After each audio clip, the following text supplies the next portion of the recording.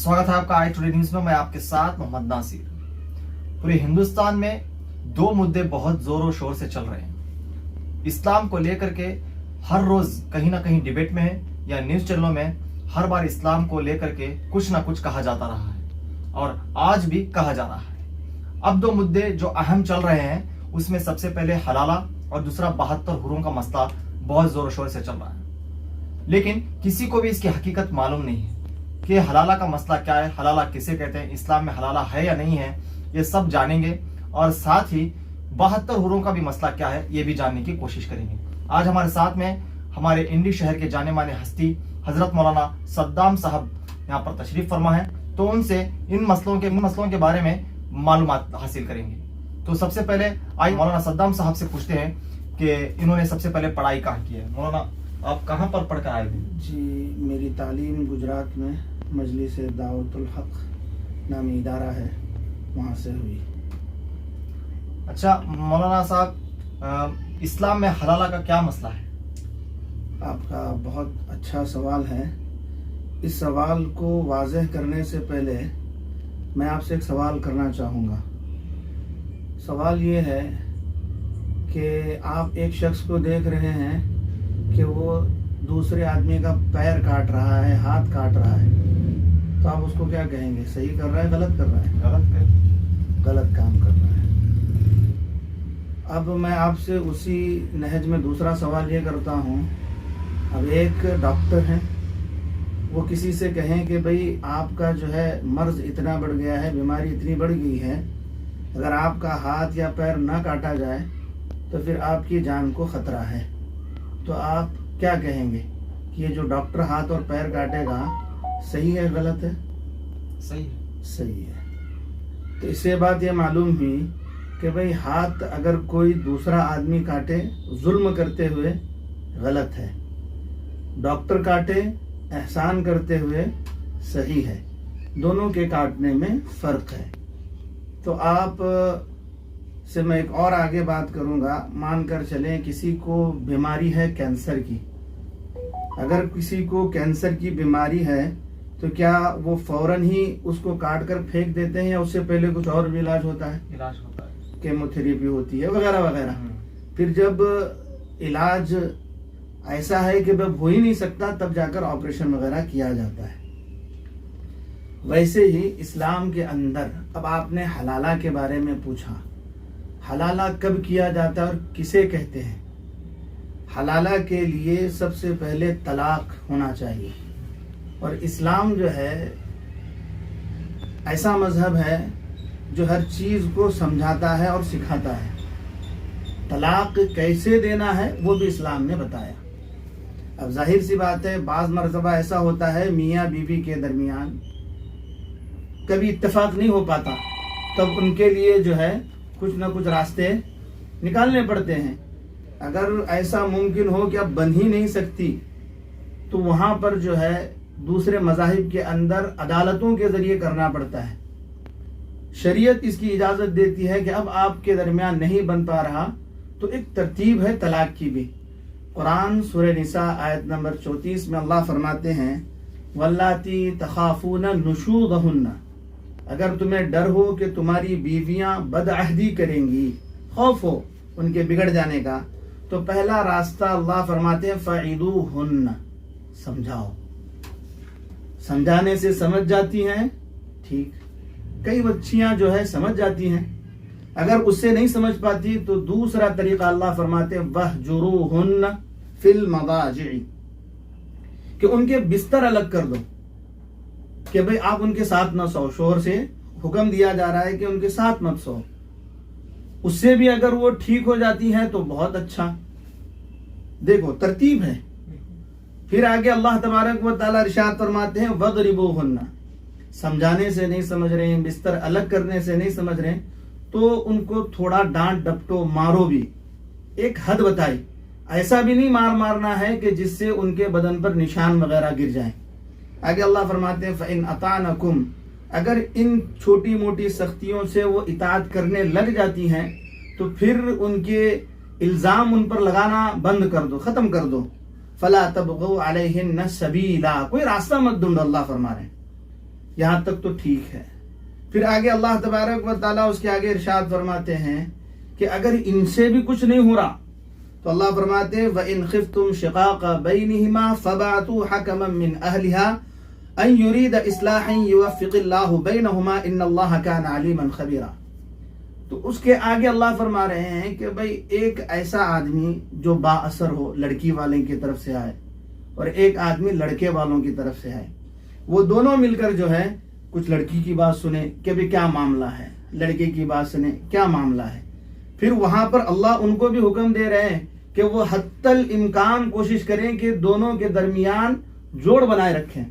توڑنے کا وہاں پر بھی اللہ نے حکم نہیں دیا. اگر اس کے بعد بھی کوئی راستہ نہیں نکلتا تو پھر شریعت کہتی ہے کہ بھئی ایسی پاکی کے اندر, پاکی کہتے ہیں پیریڈز کے علاوہ جو دن ہوتے ہیں اسے پاکی کے ایام کہتے ہیں, ایسی پاکی جس کے اندر لڑکا لڑکی کے ساتھ دلہا دلہن کے ساتھ نہ سوئے ہوں, طلاق دینی چاہیے اور ایک دینی چاہیے. یہ اچھی طلاق کہلاتی ہے. جب عدت مکمل ہو جائے تو وہاں پر لڑکے کے لیے راستہ ہے کہ وہ پھر سے نکاح کر سکتا ہے اس سے. عدت کے اندر اگر وہ پھر رجوع کرنا چاہے, ملنا چاہے تو بھی مل سکتے ہیں بغیر نکاح کے. یہ ہے طلاق. یہ کیا ہے؟ طلاق. حدیث کے اندر اللہ کے رسول فرماتے ہیں ابغض الحلال الی اللہ الطلاق. ابو داود کے اندر ہے, ابن ماجہ کے اندر ہے اور مستدرک حاکم کے اندر یہ روایت ہے کہ اللہ کے رسول فرما رہے ہیں کہ سب سے زیادہ ناپسندیدہ چیز حلال چیزوں میں اللہ کے نزدیک وہ طلاق ہے. اللہ پسند نہیں کرتے. طلاق بہت سی مرتبہ غصے میں آدمی دے دیتا ہے. تو یہاں پر دیکھیں غصے میں جب آدمی طلاق دیتا ہے تو دینے کے بعد وہاں پر ایک طلاق اگر دے تو اس کے لیے راستے ہوتے ہیں. بعد میں سمجھ آ جائے تو نکاح بھی کر سکتا ہے عدت کے بعد, اور عدت ہی کے اندر جو ہے وہ اس کے ساتھ واپس بھی ہو سکتا ہے. تو یہ شریعت کہتی ہے.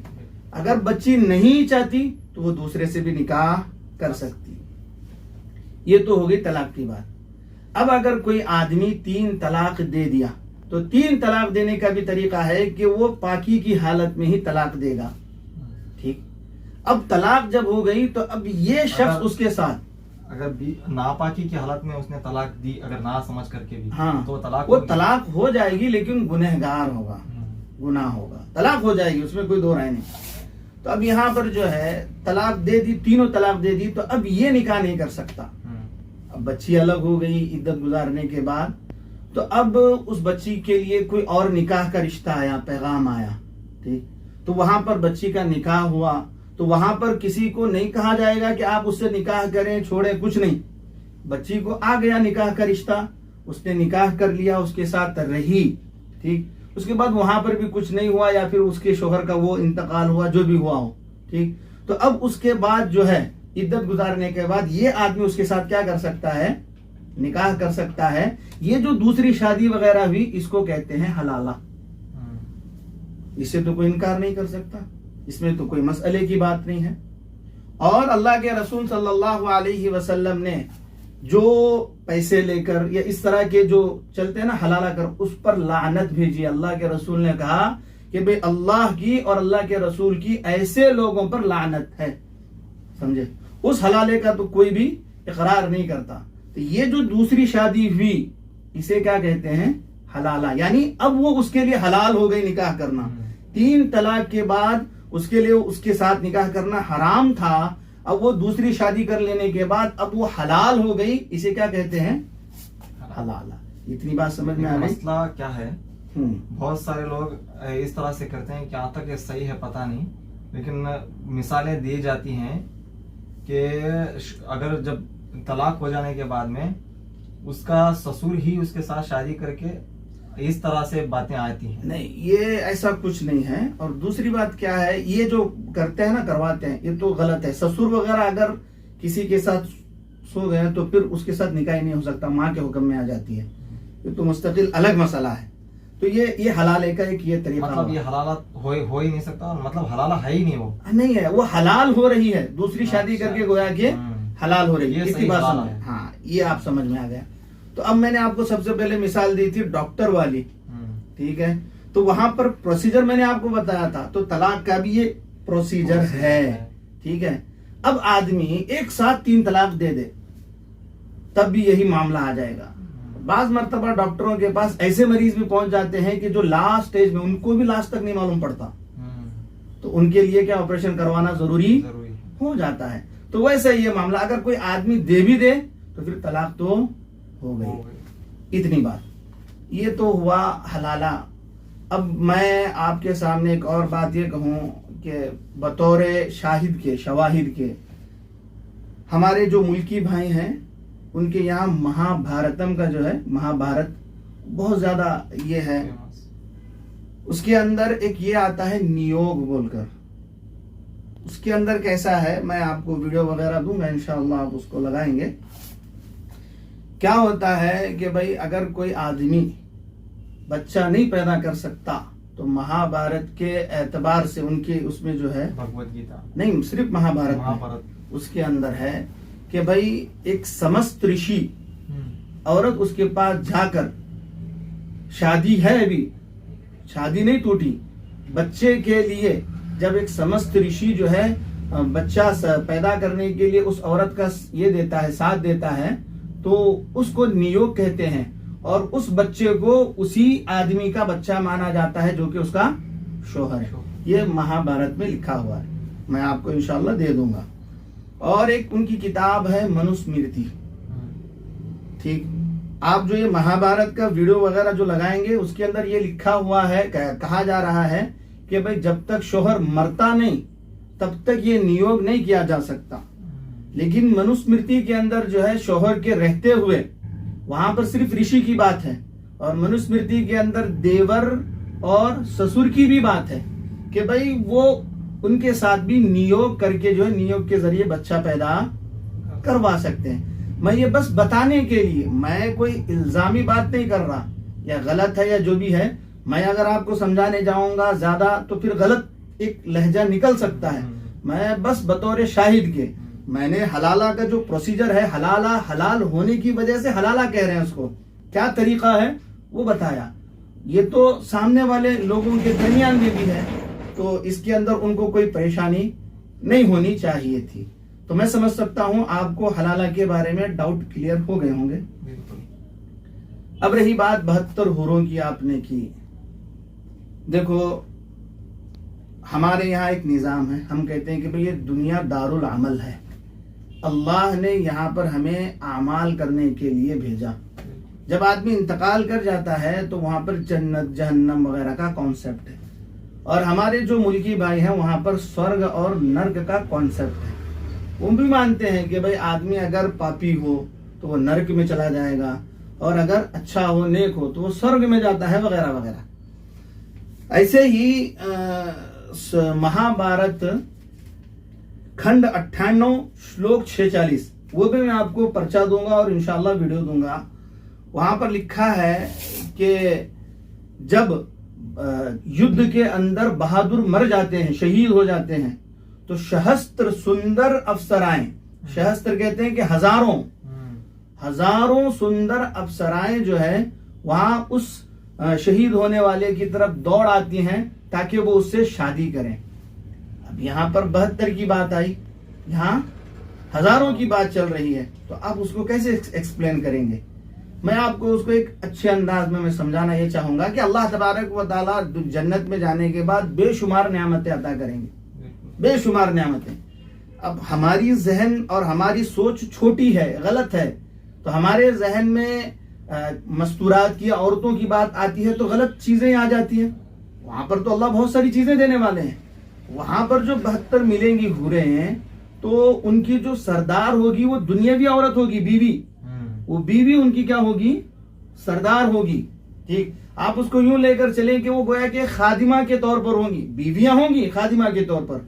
अब मैं आपसे एक सवाल ये पूछूं कि भाई एक आदमी, उसे पैसे आ गए कमाने के जरिए, किसी तरीके से भी बहुत सारे पैसे आ गए, तो वो क्या सोचता है पैसे आने के बाद कि भाई राहत और आराम की क्या हो, जिंदगी हो, बेहतर से बेहतर मकान हो, और ज्यादा से ज्यादा नौकर चाकर हो, मैं उठूं तो कोई जूस ला कर दे, मैं बैठूं तो कोई कुर्सी ला कर दे। तो इस तरह के खादिम होते नहीं, नौकर चाकर हो, हर जगह मुझे सहूलत मिले। تو اللہ تبارک و تعالیٰ بہت سارے خادم بھی دیں گے اور یہ بیویاں بھی کیا کریں گے؟ عطا کریں گے.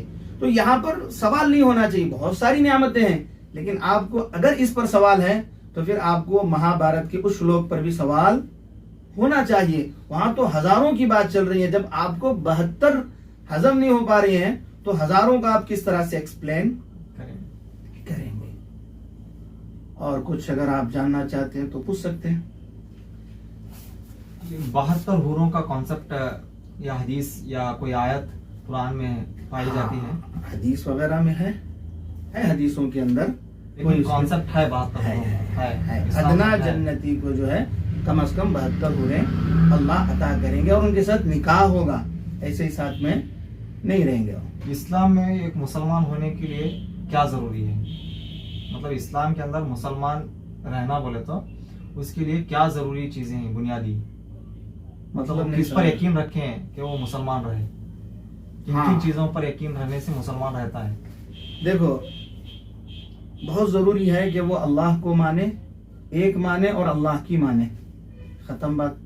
جو آدمی اللہ کو مانے گا, ایک مانے گا, ظاہر سی بات ہے وہ بہت سارے سے بچے گا. اللہ کی مانے گا تو جو اللہ کے احکام ہیں, جتنے رسولوں کو اللہ نے بھیجا یا جتنی بھی چیزیں اللہ کی طرف سے احکامات کے طور پر ہیں وہ سب کی وہ ماننے والے بنے گا. اقرار بھی اگر کرتا ہے تو وہ کیا ہے؟ ایمان والا ہے.